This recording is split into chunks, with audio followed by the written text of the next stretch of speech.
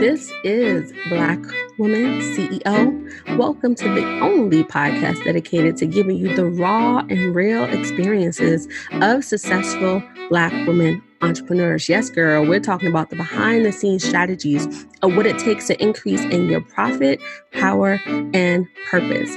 I am your host, Quanisha Green, and I invite you to sit back, relax, and enjoy today's show.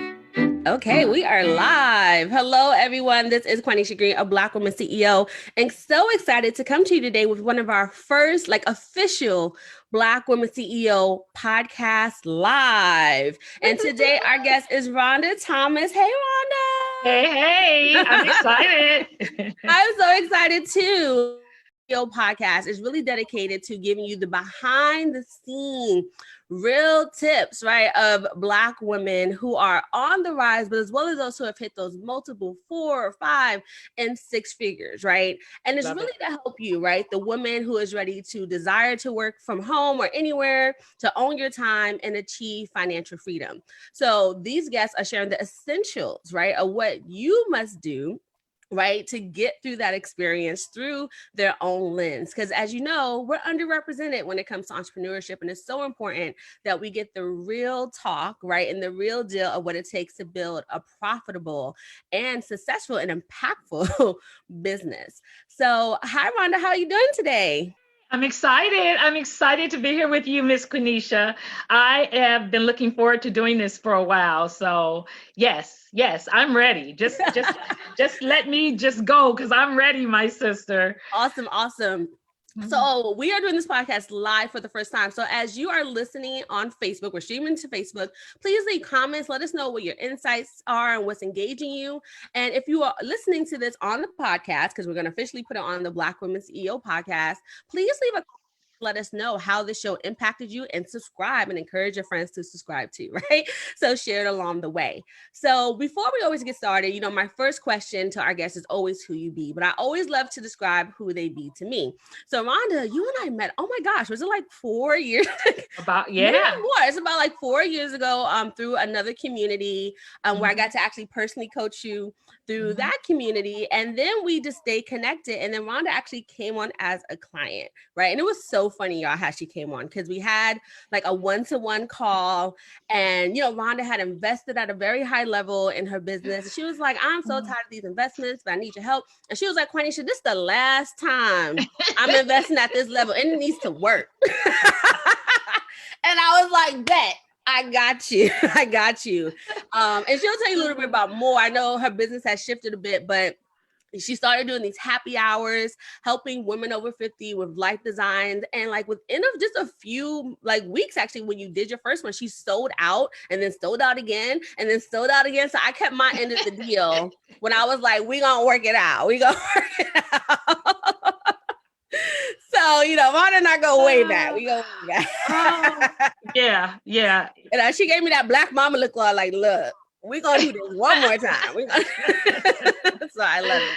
So that's who Rhonda be to me. And you'll hear us, as always, laughing and joking here at the Black Women podcast because we want to have fun, right? This is life.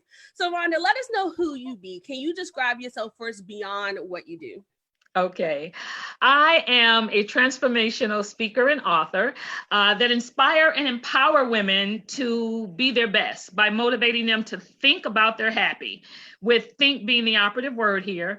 My goal is to help women to live their authentic lives. I help guide them to find joy in this age and stage of their life, Quanisha, toward their happy, by hosting happy hour events, as you mentioned, Happy Woman by Design events for the more mature woman, and I look at myself as just sisters supporting sisters, and that's what we do out here. So it's so funny that you said that because I have good stories of you and I working together. I was in DC for working with my job, and you're not that far from DC, and I was like, I just need a one-on-one. I just need time with you. I got the conference room. You came, and it was fabulous, and you just helped put my stuff together because I know I've come to realize, Quanisha, that I am ADD, and I am gonna go ahead and claim that. I know all these years I was like, why can't I just stay focused? Why can't I just have some clarity? And working with you, you just kind of okay, let's just bring it on down. This is what you need to do, and you walk me step by step. And I appreciate that. I've had some coaches in the past, and I've learned something from everyone that I've like dealt with.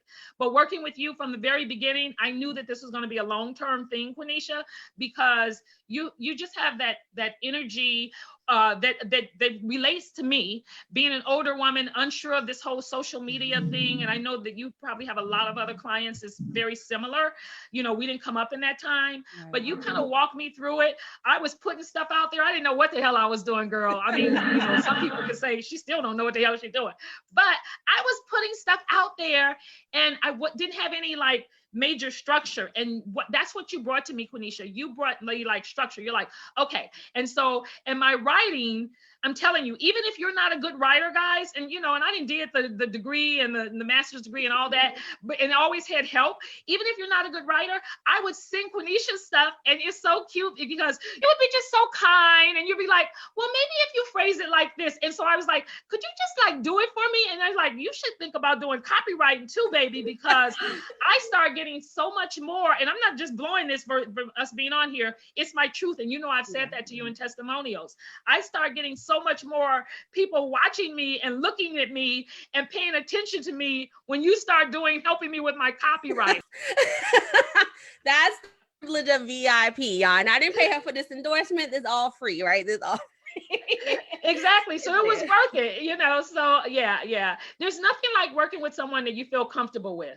And I, you know, and being out here for years and years and invested in here and invested in here and invested in here and getting, you know, things like, okay, do this module, do this module, do this module. And I know that's not how I work. I realized, and that's what I was telling you, like, look, Quenisha, I done did this several times. I just need some one-on-one. I need some time for you to walk me through this. And that's what I got from you. And I appreciate that. Oh, that's so great to hear. So I always say it's such a privilege, and thank you for being vulnerable right now, but then also just trusting me with your genius and helping you along the way. So thank you so much. So to you now, so what is your mission, and can you tell us what you do? Okay, so now recently, so what I was doing, I was working for the university for like 14 years as a manager, and it was for a federally funded grant program. And I would travel around and do some speaking and do some training with the parents and getting them, you know, better prepared for their kids' post-secondary options, whatever that looked like. And so I had a staff of people, and I did it for a long time. I'd watch kids and taking kids on college visits and all that. And I was always out there speaking on the side, working as a Chicago Public School CPS vendor. I was doing, you know, going out doing speaking with parents and how to become better parents and how to do this and how to do that. And I always like left, and they were always like, oh my God, she's so exciting. Da, da, da, da. I got this. I'm feeling this. And then I leave, and then I may not see them for another year or two, right? And I wanted to like create something that I could leave with them. And that is the reason why, after all these years of all the positive workshops I've gone to and things that I facilitated, I wanted to create something that I could actually leave a piece of me with people. And that's the reason why I created my coloring books, because I realized that I hadn't colored in 30 years. Let me just say that, right? and so, but I listen to positive affirmations every morning. I highly suggest that.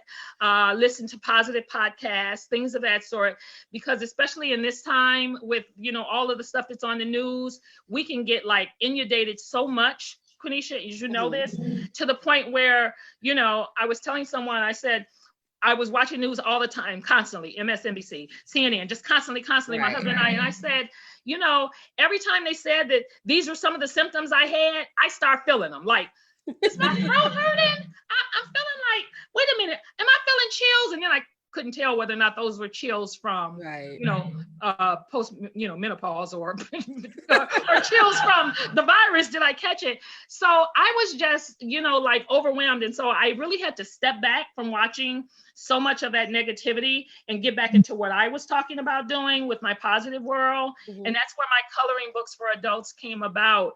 I was already in the process of working them, and now they're just almost like perfect timing, if you could say that, because they're very therapeutic, very stressed. I've gotten so much good response from them. So anyway, I was just excited about having the opportunity to come out and share. If you don't cuss, don't buy this book. Okay. All right. This is one. I mean, because sometimes no other words do it, and it just really. So I'm just going to show you one picture here, and so you don't have to read it because if this is the So podcast as just well. on the podcast, it says I got all this SHIT. Wait, bring it back. So I got all this ish running around in my head, relationships, new ideas. So it's a beautiful picture of a woman who, she has Black features, who's rubbing her temples. And it has work and different things, all the things that we juggle here. So thank you for showing us that visual. And I just wanted to explain it for our listeners. Yeah. So you mentioned, your work, working with schools and different and districts and parents, I guess around holistic things, parenting, all these educators, or how to educate, right? Right. So it seems like your idea was like, how do I leave something with them that continues to help them? Because one thing I love about you, you're very into holistic living, right? And Rhonda has a whole wheel, y'all. Like she can help you get your life right, right?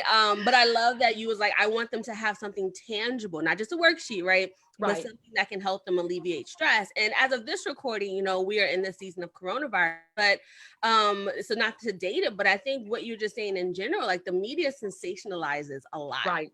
And even before this corona thing, you can watch WebMD and you're like, oh my God, I'm gonna die. I have this rare illness. Right. Right. Everyday stressors. Like I do adult coloring. I actually had to go, like, it took me a long time to find a book that was Afrocentric. Like it was on Etsy anymore. Right. So I'm like really conscious of like how, but now I got your books. I can go get your books. But I was like, let me just color one page at a time because this book doesn't exist anymore.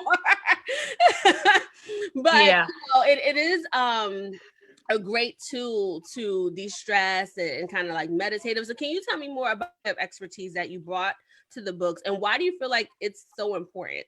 Well, the other thing is that, I'll be 61 this year. So I'm really like working on this whole, come out on this other side, looking at this as a reset. And I'm hoping that a lot of your listeners are thinking the same thing. Let's look at this as a reset. We can't change it. And unfortunately, there's been a lot of death. We know the numbers are there all the time. There's been a lot of stuff happening. But what can we look at it from a positive standpoint? And the positive standpoint is, first of all, being in the house, we saved a lot of money, so that's a whole nother conversation. But one of the things in particular that I have really been, talking about for years and years, and I wrote a book. When I said I'm an author, I wrote a book back in 1999. So, I've been around for a while, and it was Soul Combining for a Slimmer, Healthier You. And it was all about how to, look at things from a healthy standpoint. So one of my coloring books, I did get a year certification from a school, and I was, really into health. I had so many health challenges, Quenisha, within my family, from diabetes to cancer to heart disease to high blood pressure to COPD to asthma, everything, all within my immediate family, and a lot of death.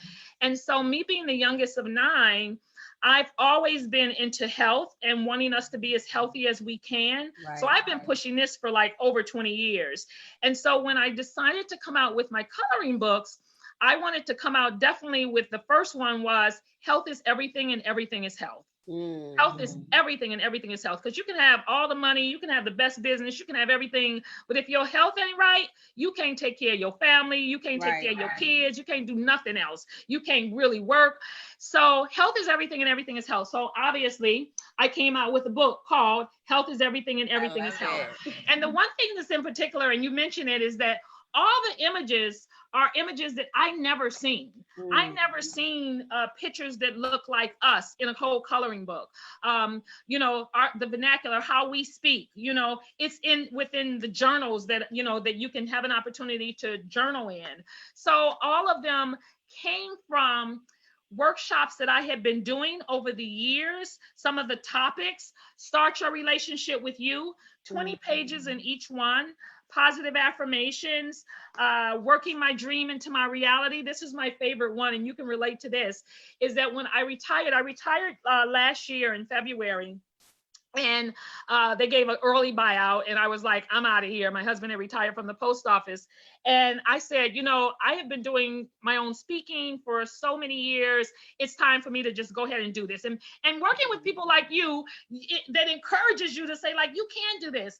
Well, my girlfriend came over after about a couple of weeks after I retired, and so she says, I'm so proud of you. She says, you are actually living your dream. It has become your reality. Love it. Your dream has become your reality. And so when I was creating a book and I wanted to do something for entrepreneurs, I wanted to do something about, some of the things that we go through as entrepreneurs, or just, still working a career, and what does that look like? I came up with the title of this, Working My Dream into My Reality. Entrepreneur, career, and, find a passion and pursue it. I have one in here that you can really appreciate. And it's like, I am a Black woman millionaire. Love it. Is that gorgeous? Right. And so just coloring it. Yeah.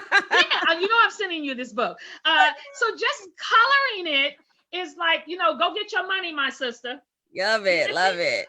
So all of them came from the stuff that I've been teaching all these years and talking about. It's like, I want to like create a book. So no, I'm not a graphic artist at all, but the idea came, I wanted to make it like a prompt so that they can journal their stuff. And I found some really good artists. This one people can relate to, and it says, poor people buy things, rich people invest in themselves. Awesome. And for those of you who are listening to the podcast, we promise I will put a link to the Facebook video so you can see these, and the link to, she has bundles, y'all. Y'all can just get all the books right for one great value price. But I love that you're talking about, I think particularly in this age of our Lord or whatever, 2020, as of this recording, as Black women, this was like my research in graduate school, that a lot of the research talked about how we didn't even always have the space for self-exploration. Right? My mamas were working 2 or 3 jobs, right? Had the house, all these different things. And I feel like we're at this time, and you say the lifespan or whatever, where we have more space to do that self-exploratory work. And a lot of us are seeing the value in that. The stigma is reducing. All these things that we've had around, therapy and mental health, and rightfully so, right? Given the history of medicine and Black folks, right? But I think this, this therapy for Black girls, all these different things that are there, that is, teaching us to say, look, we need to tap in. I go to therapy every week, right? So I love that you're combining these 2 mediums of, it's a journal, right? So it's helping you to do that self-exploratory work, but then it's also in the medium of coloring, right? And for some of you who don't know about coloring, maybe Rhonda can even just share too about the actual aspect of coloring. Is very meditative. Right. That act, and one also, as adults, we don't always tap into our creativity. Like, we start coloring when you're like 6, right? So it also taps into those different aspects. So I'm going to ask you more about how you owned your role, but could you just quickly talk about what's the value of just coloring, so that we can all just understand that part of your expertise? Well, the research has been done. There was a man by the name of Kagan, and he did research on doing coloring and how therapeutic it is for people. Just the idea of just making circles and, making things pretty, and just what it does to your mind. So it's more than just coloring, like you said, when we were 6, 7 years old and we were coloring. Now that we're adults, I mean, it's becoming a big thing now. And so people are realizing just how I've gotten so much response. I just got something the other day from a customer, and she said, I cannot believe, and she's like 65 years old, and she's like, I cannot believe I have taken on this, but how wonderful it is to just sit and just relax and just be able to like make pretty and then feel good about it. And she says, it's very therapeutic to me. And I mean, that's just from someone else's words, but that's what the research shows. So if you've never colored, or if you haven't colored in years, and you're an adult and you're thinking like, I don't have time for that. Literally, we got time. Okay, let's just say we have time. So stop all that. We don't have time, because we have time to be, literally, without going to a university and getting a degree within these 2 months. And if it goes longer for some of our states, within these couple of months, you could have like earned like a degree, right?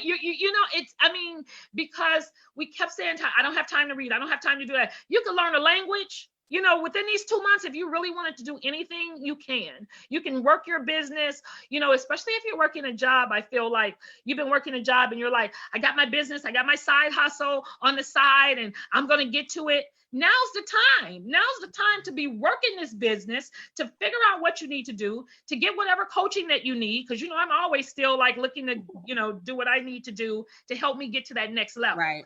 Because a lot of times, and I know this as a fact, a lot of times, you hit the ceiling. I hit the ceiling and it's like, okay, I'm on step 6.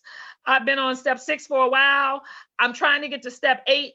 But it's just so much information out here. It's so many people out here doing this. It's so many things. I need to just someone help me get to step 7 and then help me get to step 8. And that's what I feel coaching does, because you can't be everything. That's the reason why people go to university. That's the reason why they go to school, right? So that they have professors who've put in the time and the investment to become who they are, to be able to teach us. We need to do that for ourselves. We need to invest in ourselves. And I'm real big on that, Quenisha. And I told you over the years, I've been doing that. Did I answer your question? So many great nuggets here. And I think in all that you're talking about your journey, and one of the questions I always ask is your number one success tip. So Rhonda is really speaking to getting help, asking for help and getting support along this journey. I actually see that as the number one mistake that we can make that blocks our profits, is not seeking help, right? Not investing in support.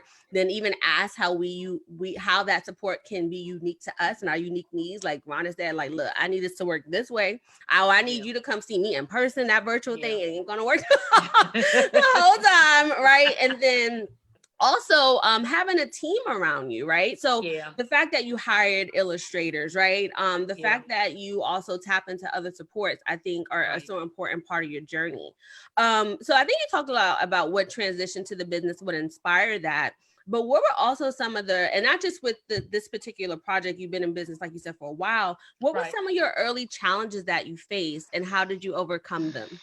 Oh, all right. So first of all, not knowing what you don't know.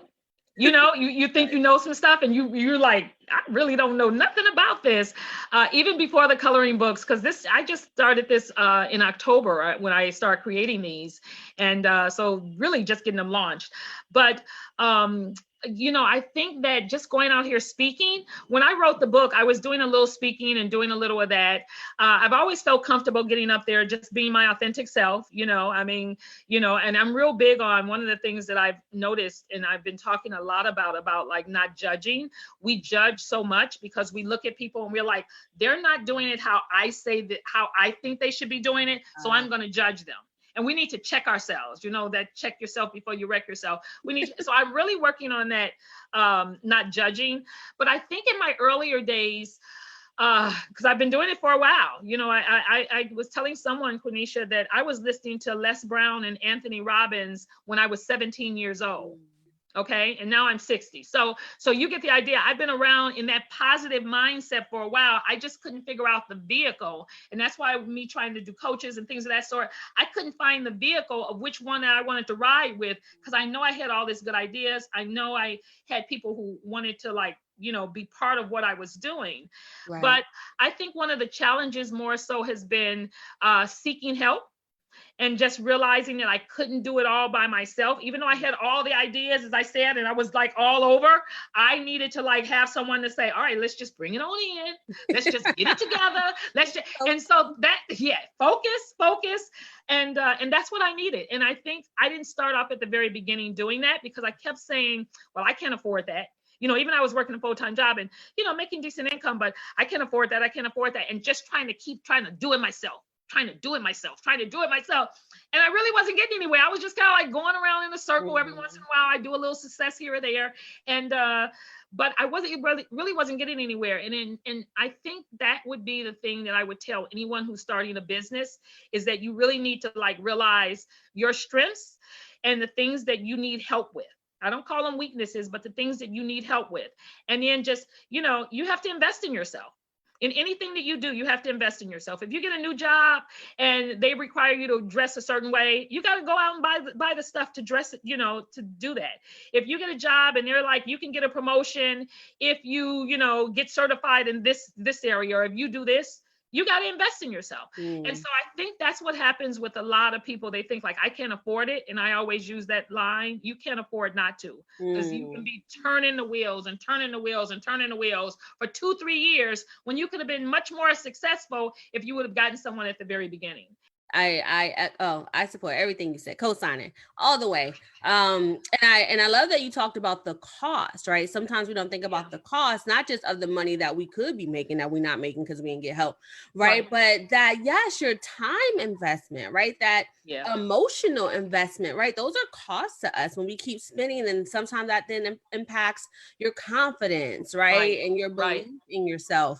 So those and once again, this is not about you all coaching with Black Women CEO. You come over here, but we're talking about this, like both Ron and I have highly invested in ourselves to get that clarity, to get that support, to stop spinning our wheels. Because you know, I find all the time people are like, I'm gonna write a book and I'm gonna do a program and I'm gonna do a course. I'm like, you know what? You can definitely do all that. Right. But what we're going to do over the next 30, 60, 90 days, right? I'm not going to rush your bubble. We can do all that. And I love your journey, because you talked about how you pivoted, right? You were speaking, you did contracts with school districts for a long time.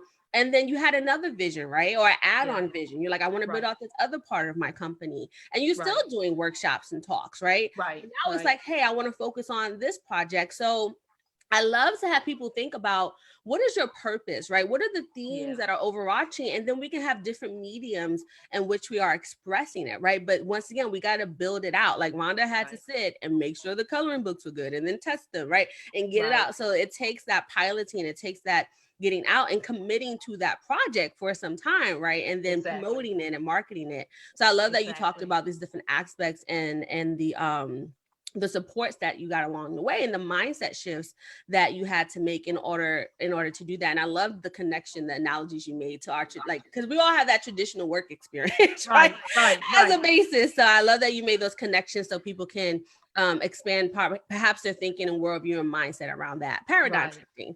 So with that, let's go some more deeper and behind the scenes. So how have you integrated like work and business, life, self-care, and family while still like, you know, running a business and doing all these great things that you've done over the years?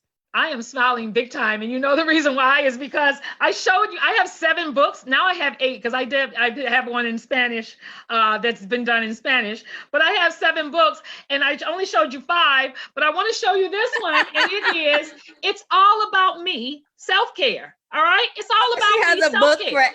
I love that you have a book for everything. You're like, well, yes, I got that topic.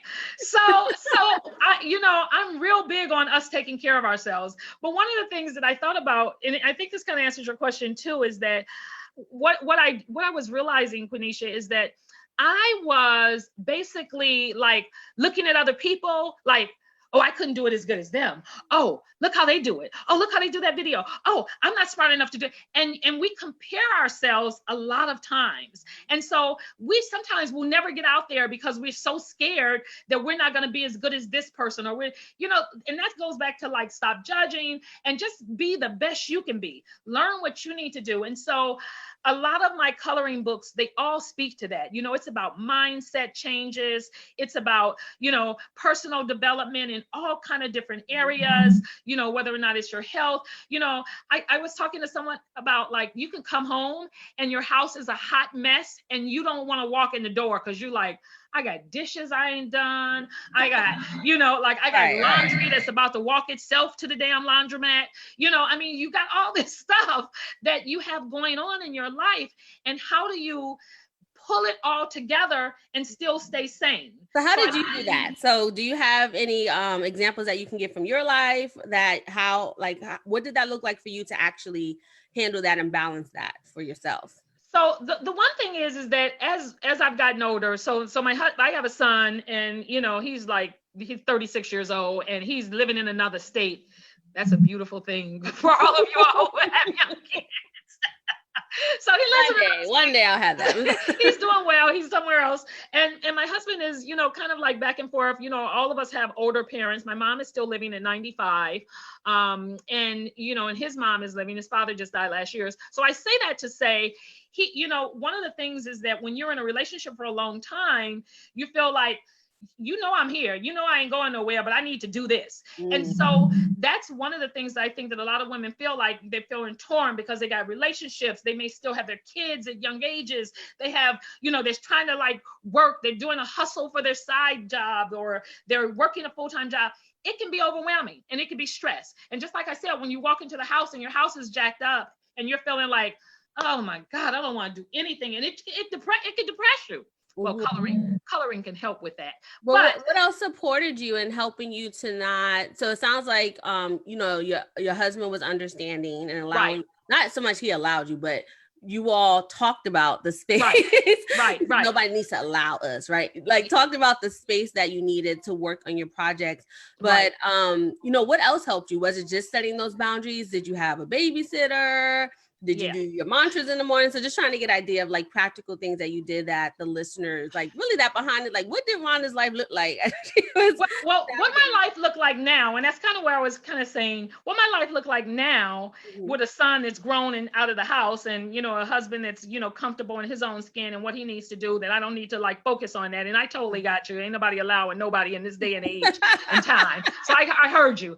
But what my life looks now is it's different than when my son was like, 5 years old. I know you have like a young one or a 6-year-old. So I would definitely have to literally go back and think about what was I doing and how did I get there? But as I said, I've always been into a positive mindset and things of that sort.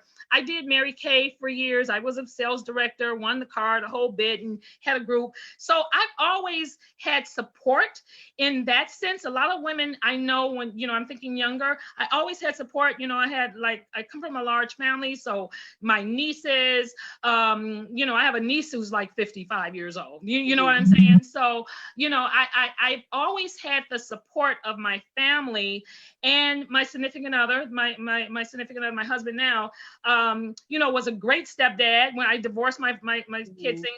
And so my mom and my father, are still living, my father, and they would like help me with my kids. So I had that kind of support. So I can't really speak to that, but I feel women who are going through that.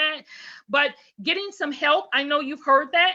If you have someone and, working on your team and they do this part, like I don't have time to do that. They do that part. That's one less thing off your plate. You have someone and they are a consistent babysitter and you have this time that you're going to be doing what you need to do for your business and they do that part. But waking up with a purpose, I told you that I, hadn't realized that, I had ADD and was totally all over until my son was diagnosed with it. And I was like, they were like, well, sometimes it's hereditary, the psychologists, the schools. And I'm like, really? Maybe that's why I struggled so hard in school. So, but I had to like really, even back then when he was younger, like I had to know what I was doing the next day. So I would definitely suggest, and I still do it today. And when I don't, and I wake up and I'm like, oh, especially being retired now, it's like, oh, what am I going to do? I don't have, now it's like, if I have written out the list of I need to do these 8-9 things, and I wake up in the morning, Quenisha, it's like exercise is the first thing I do. Because remember, health is everything and everything is health. I don't put anything before health. I listen to this guy and he talks about like getting on the phone or checking your emails as soon as you get up or doing all that. I don't do that. That's letting other people into your life. And then you're thinking about what you need to do for them and you haven't taken care of yourself. So if you need to get up earlier in the morning, I remember Mary Kay used to say she used to get up at 4 a.m. when her kids were still asleep. And that's when she would get all of her plans done for what she visioned Mary Kay could look like. Wow. Right. So we have to like, just do things a little bit differently. Younger kids, teenage kids, whatever, but you got to have structure. And that's one of the things that I talk about with my families when I do workshops and facilitate workshops with parents, is that if you wake up all nilly-willy and your kids are seeing you and they all nilly-willy, the whole damn house is all, you know what I'm saying? It just like, there's nothing happening. Why are you talking about my life, Rhonda? I'm sorry, I didn't mean to go there. Stepping on my toes a little bit, like, hello. Okay. But just to bring out what you said is really about, and I do this, right? But living with intention, but I can be, guilty of scrolling. So just to be transparent.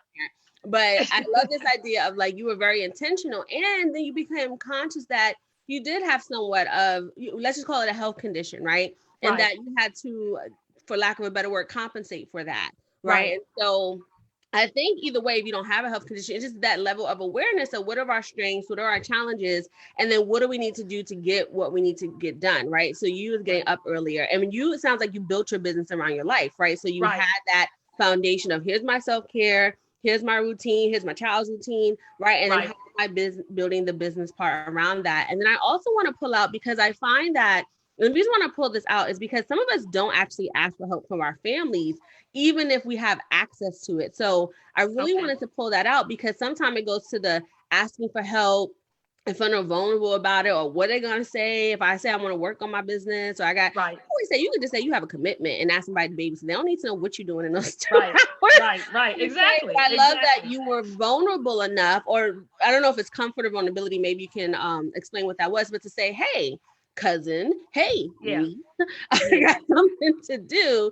Can you watch my child? Right. So was that due to the relationship, or is that just like a part of your personality that you're just like, I ask for what I want and need? What was that for you that you felt comfortable just, asking for what you needed in the support area from your family? Yeah, you know what? And I always try to think about it from the other side, because I have a couple of people that I work with, and they're part of my team and my support team, and they're single parents. And so, I totally get it. And they don't have that kind of support, that family support. Coming from a family of 9, that means you got a lot of brothers and sisters. Like somebody. They got kids. I got a lot of nieces and nephews. So if one person couldn't watch my son, somebody else could, But like when somebody you don't have free. it, yeah. When you don't have that, and I understand, and I always say you have to get that support group. So there are other parents who are in the same situation where they're single. So if you all have kind of like the same mindset as far as raising your kids, some of the same values, you become friends with them. It's like, I'm going to watch your kid, this time you're going to bring your kid over here. So you create your family. Don't let that be an excuse if you don't have a close family, or, you need to just get out there and cultivate a family that you're comfortable. Because sometimes, and this is some that just came in my head, sometimes the family that you create could be better for you than the family that you got. Okay. Right? Yes. You with me? It's like, I can pick this person because I see some of this. Your family, just because they're blood, and this isn't within my family because my family's perfect. She's like, Cornisha's gonna be tagging me on this video. Let me make sure. I got a coloring book, and I think it's the one in my cussing coloring book, Quenisha. And it's like, oh yeah. And it says, and it just hits to exactly what it's saying. Sometimes our relatives make us want to say, what the am I doing in this dysfunctional family? Right? What the am I doing in this dysfunctional family? Yeah. And so it's kind of like that's basically, all of us have some dysfunction. You can put it on levels or whatever. So no one is like, rich people got dysfunction. Right. Their kids are out here killing themselves, unfortunately. So I seriously, we just got to learn how to pick and choose the people that we want to be around, and the people who are negative, and they could be your cousin, they could be your sister, they could be a good friend that you came up with years ago, but you all have kind of start changing, and where you're moving into a different direction. You feel like, I need to bring this person along. I need to bring this person. This person may not be ready for that journey. Mm-hmm. You've heard this. This person may not be ready for that journey. So you need to take that journey and then let that train go of you. And if they are ready, when the train come back around, they can jump on board, because the love is still there. But you can't try to bring people. You got to go find people. And that's what I find with coaches. It's like, we're in the same mindset. We're thinking the same way. And so I need to be around people like that, because I can't go to my 2 sisters who are fabulous and say, hey, I'm going to be doing an interview with my former coach, and Quenisha, and I'm a little nervous. Let me just talk about this. Let me see. And they're going to be like, yeah, you good. You're going to be fine. You're always talking. No problem. But if I go to someone who is in there, that's why I'm part of this mastermind group, because I believe in mastermind groups. That's one thing. But, and we call ourselves EPOC, Empowering People of Color, and we're 50 and up. And we meet twice a week to talk about our jobs, our things, what stuff that you need that support. That's sometimes what we need to do. We need to create it if we don't have it in our own families. I love that. Because the research even shows for Black women that community has always been a protective factor outside of even business. And I tell people, I probably have said this to you, that the value of having community, particularly of entrepreneurship, is like you said, it's not that even your family's negative. They just don't get, like, you're like, oh, I got an email subscriber. And they're like, oh, that's nice. But it's like, no, I need you to understand like what I went through to get this email subscriber and what had to be in place to get there. Right. And so having a community of other entrepreneurs, they understand that walk. And once again, people gotta be employees. I'm not even, I don't believe that whole job is just overbroke. We need employees. It's people who, everybody can be an entrepreneur. So, but it's just a different life path. Just how like, oh, if you were a cook and then someone else is not a cook, the culinary people understand. They have a culture. Right? Exactly. I love that you talked about the value of community. And that's why actually, and you've experienced this, like we have community at like every level of what we do, because it's so different when you like, hey, I know one of this other woman's as dedicated as I am. She's invested in herself. So that whole like-mindedness, but that you have a safe place to go to quote unquote vent or share resources, right? Or talk about and to have people celebrate your wins. So thank you for that wisdom. You shared so many golden nuggets. So I won't even go into the what piece of wisdom do you have? It's like, look, y'all, just listen to the whole thing. Go back if you got to rewind, and we'll pull out some of those in the show notes. But I'd love to hear, like, what is your personal mantra or motto or saying or a quote that you live by?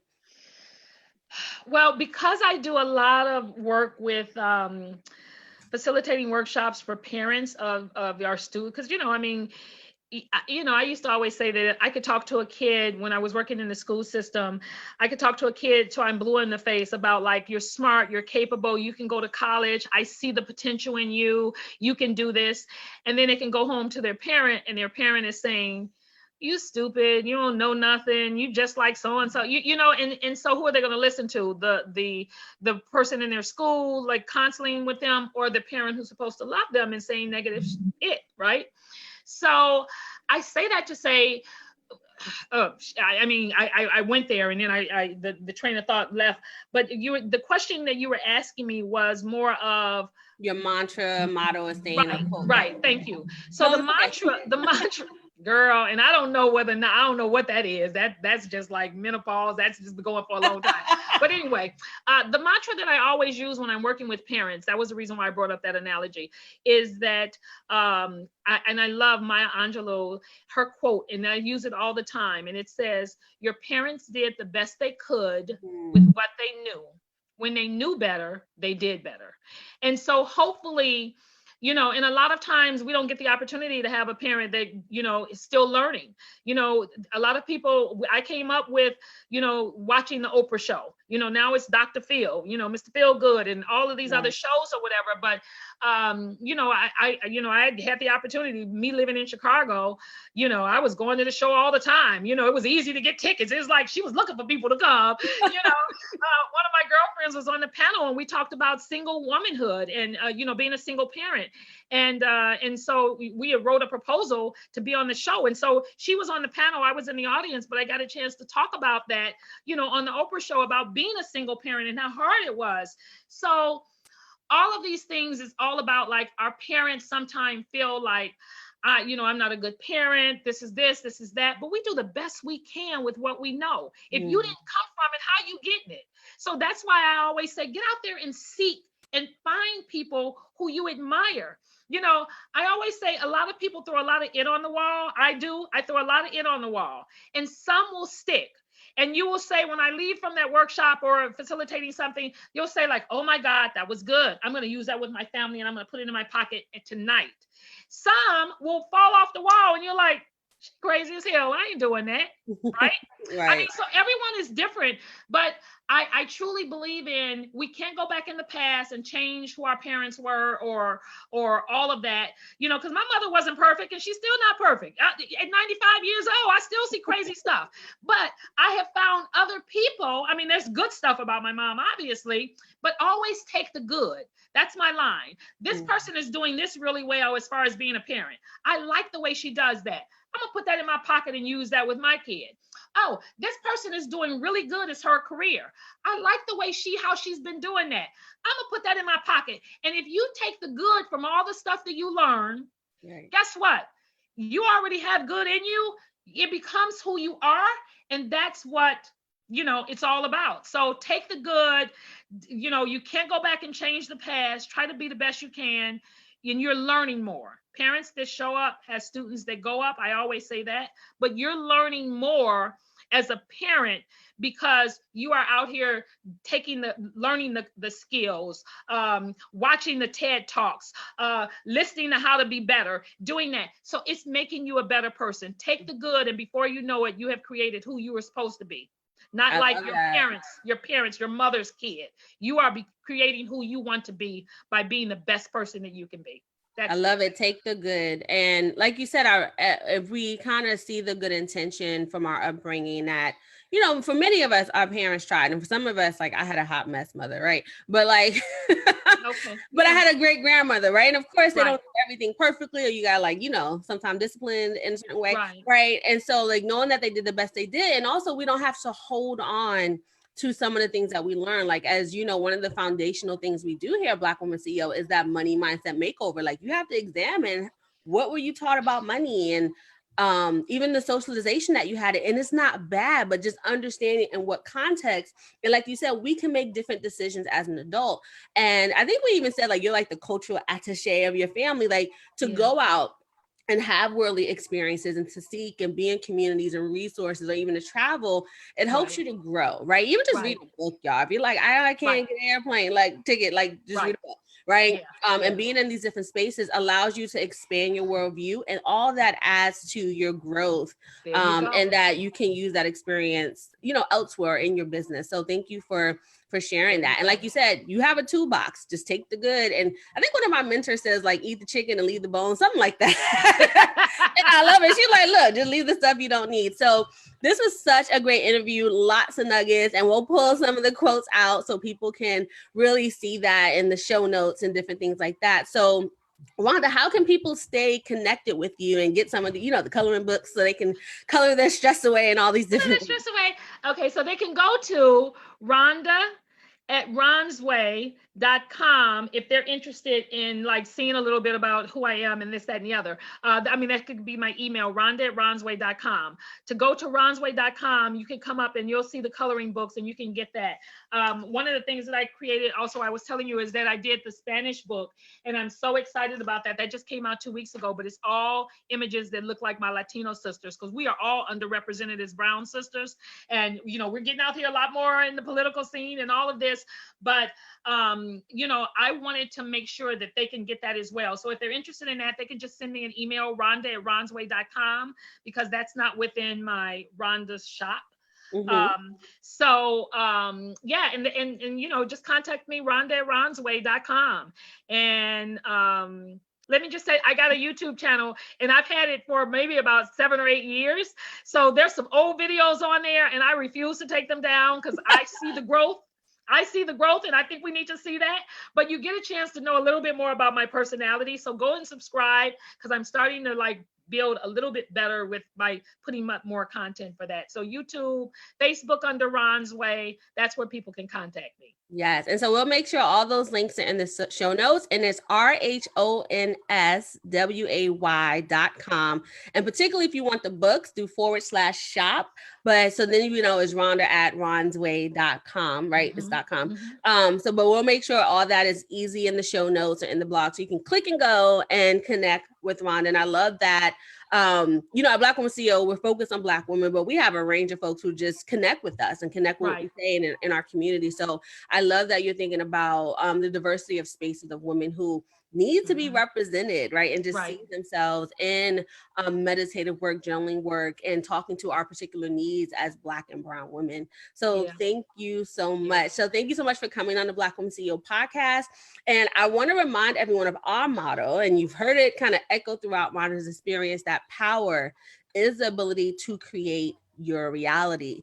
And please subscribe, rate, and share if you want to see this move up in the iTunes ranks and that's how we say, pay it forward, right? So if you're watching the Facebook episode, share it, comment, because that's how the algorithms work, right? The more you interact, the more this spreads, into our movement. So I'm just asking you to be an ambassador, and that way leave a comment, subscribe to the podcast, and also share the Facebook video. And I show you raise your hand, Rhonda. So do you have a last thing? I just have one last thing to say to add to what you said. And thank you for being clear. That's what you do. You clear up my madness. But the one thing that I wanted to share with you, your people, in regards to that, I really truly believe, and I've been living this for a long time, is sisters supporting sisters. Sisters supporting sisters. And we need to do more of that, and so that's kind of what you were saying, post, let other sisters know what's going on, what's happening. Because if we don't support each other and we hating on each other, ain't nobody got time for that. We're right. Like 30s, 40s, 50s. That was in high school. You can't take anything away from anyone. You can't say, oh my God, she's beautiful, I don't like her, so I ain't gonna be like buying her stuff. That's crazy shit. I'm sorry, but you know what I'm saying? we curse crazy. Here, we're colorful at the Black. Right. But I can't take away your smarts. I can't take away your genius. I can't take away your body. I can't take away any of that. I just got to be the best that I can be. And that's what I want women to do. Be the best that they can be. That's what I was going to say. Sisters supporting sisters. How can we support and uplift and empower one another in everything we do? We'll be a better race for that. And we will teach the younger people about how to do that as well. That's it.